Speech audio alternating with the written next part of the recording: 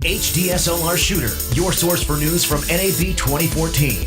Brought to you by Adobe, Animas, Blackmagic Design, and Carl Zeiss. Mike Flint with HDSLR Shooter, and I'm here at NAB 2014 with Bob of Blackmagic Design. And Bob, talk to us a little bit about the Blackmagic Ursa that we see here.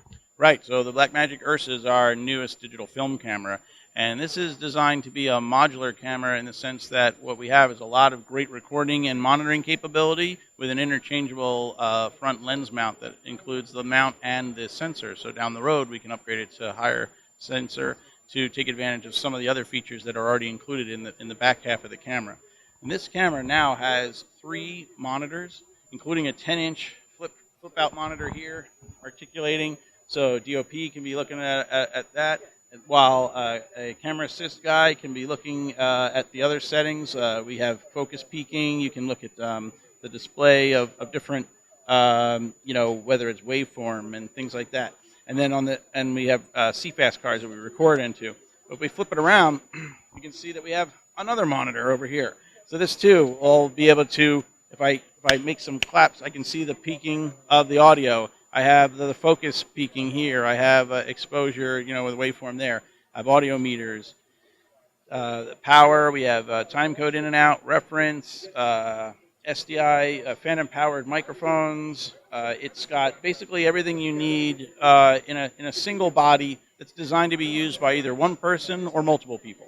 So this way, in a large shoot where you have multiple people, focus assist guys, whatever, they're on the proper sides of the camera, and they can interact with each other without being in each other's way. So the idea is that you guys were seeing that a lot of users with the current line were just attaching everything under the sun, and you guys just decided to include everything. Is that correct?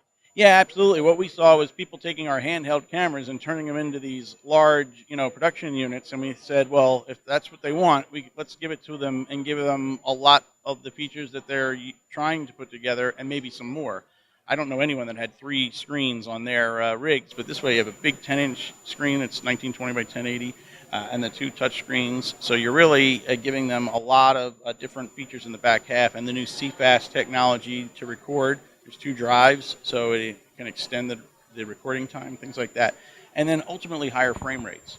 And the other thing that we have is liquid-cooled body, so it's designed for higher frame rates because they put off a lot more heat. So there's actual liquid cooling going on, the fans that draw the air up, and so this way the body itself will be in great condition as we go forward, and someday you can take the front end off and put on a new sensor. So the whole idea here is not to buy another camera, but to be able to utilize this as essentially a base station and build off of it. Exactly. This way, when it's time to upgrade to a new sensor, you're paying for the sensor and the lens mount, not the whole body over and over again. So this way you're preserving your investment, which I think is important for a lot of independent guys. So at the present time, you can purchase this without the sensor. Is that right? Absolutely. That was another one. It's the first camera without a camera, basically, by being able to take the one version that will have just a front cheese plate, if you will, and you can actually mount a current HDMI type camera and plug it in HDMI and get all the other features, the record features, all the monitoring, the audio inputs, and the rest of it, and then record on the CFast. So this way you can use the cameras you already have, and then down the road when you want to, if there's a new sensor available, then you can upgrade at that point. And that way you're really stretching your money over time. Let's talk a little bit about the sensor that will be shipping with this if they buy the whole thing. Talk a little bit about that. Sure. So it'll be the 4K sensor that's in the new 4K camera that we just announced, but it'll also have a different choice of lens mounts. We'll have the PL lens mount and as well as the EF lens mount. So it'll be done in 2 different versions. The EF will be $59.95 and the PL will be $64.95. And that's a full frame sensor, right? Correct. It's a Super 35 millimeter sensor with a global shutter. And so with this model, when do we expect to see this at market? Right. So we'll have these in June, July time frame this summer. We'll start shipping them. It's going to have 12 gig SDI on the SDI output, so some of those chips are new. But we really feel good about it. We have a lot of them working on the booth right now. Just curious, can you talk a little bit about the recording media that you guys have?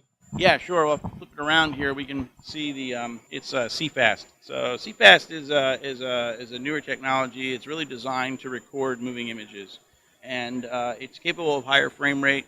The cards are getting larger and less expensive over time as things do. But the beauty of this, by having two, is that right now we can record one, and then when it's filled, it'll record on the other. So you daisy chain recording. And then future, probably the ability to do higher frame rates by maybe splitting the frames over two cards. So it really gives us some flexibility for the future. Can you give me like a price range of what people are looking? Yeah, like the 120 gig cards are about $1,200 right now. So we don't add any premiums to any of that. It's off the shelf. SanDisk and another Lexmark make those. But as I say, they've been coming down in price over time, as they're a newer medium. It doesn't ship with the battery, so that is something else that you'll have to get, right? Correct, but the back plate has the ability to accept, say, IDX or Anton Bauer typical plates, and then of course you also have the 4-pin DC, 12-volt plug as well for external power. And does it have a clean output if someone was wanting to use an external recorder or something like that? Yeah, there's SDI out, so you could do that as well. So you can record externally or internally, and you can get time code in and out, and you can also have reference for Genlock. So this will be available, you're thinking July, late July, something like that? Exactly. Yeah, we're probably in the July time frame, hopefully sooner if we can, but somewhere around there. We feel really good about that. We've had some really good design work has gone through to this, and I'll tell you, it's amazing how cool it is, and it's been running all day, and yeah, exactly. So people want to find out more about it, they want to look into ordering one, what do they do? Sure, so you go to blackmagicdesign.com and hit the reseller section, and there's tons of resellers that'll be selling them. Excellent, thanks Bob. Thank you. HDSLR Shooter, your source for news from NAB 2014. Brought to you by Adobe, Animas, Blackmagic Design, and Carl Zeiss.